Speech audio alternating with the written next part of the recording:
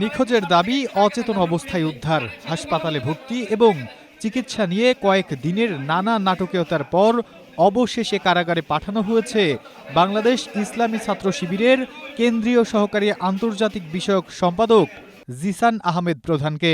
মঙ্গলবার বিকেল 5:30টার দিকে পুলিশ ও ডিবির কড়া নিরাপত্তার মধ্যে তাকে কুমিল্লার জুডিশিয়াল ম্যাজিস্ট্রেট আদালতে হাজির করা হয়। শুনানি শেষে আদালতের বিচারক তৈয়ব উদ্দিন তাকে জেল হাজতে প্রেরণের আদেশ দেন। আসামিপক্ষের আইনজীবী মনিরুল ইসলাম পাটোয়ারি বিষয়টি নিশ্চিত করে বলেছেন, আদালত জিসান মিয়াকে কারাগারে পাঠানোর নির্দেশ দিয়েছেন। এর আগে 4 দিন ধরে চিকিৎসাধীন থাকার পর মঙ্গলবার দুপুরে কুমিল্লা মেডিকেল কলেজ হাসপাতাল থেকে ছাড়পত্র পান জিসান। মামলার এজাহার সূত্রে জানা যায়, কুমিল্লার দাউদকান্দি উপজেলার এক বিধবা নারীকে ধর্ষণ এবং তার ভ্রূণ নষ্ট করার অভিযোগ দায়ের করা মামলায় গত শুক্রবার রাতে জিসানকে গ্রেপ্তার দেখানো হয়। তবে গ্রেপ্তারের পর তিনি অসুস্থ হয়ে পড়েছেন দাবি করে হাসপাতালে চিকিৎসাধীন ছিলেন। এ কারণে কয়েক দিন তাকে আদালতে হাজির করা হয়নি।